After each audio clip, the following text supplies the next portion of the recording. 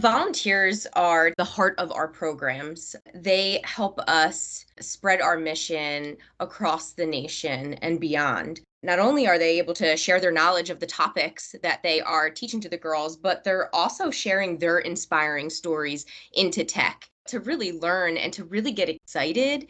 The tech's not going to do that without the people behind it sharing what they know about it, getting the girls excited about it. That human interaction, it is making the girls inspired to explore.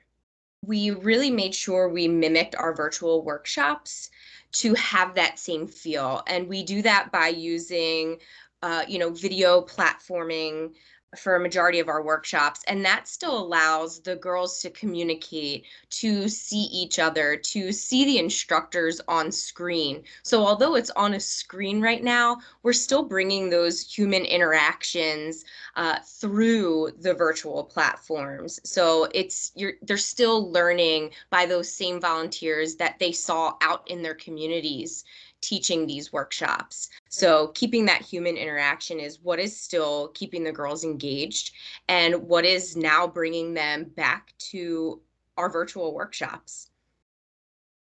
We found that not only were the parents incredibly thankful to have our workshops almost give their girls some kind of semblance of normalcy, to be able to see some of the girls that they typically would see in person, to see them on camera. You say hi, what have you been up to, that kind of thing. Really to see the girls engage with each other. That's been really great. But then also for girls that have goals, they really want to learn a certain topic or they wanted to get through a certain amount of workshops. Some of our girls will be aging out at the end of the year. So for them, this was kind of their last hurrah. So we've just really found that although we really want to focus on hands-on, our mission is not gone.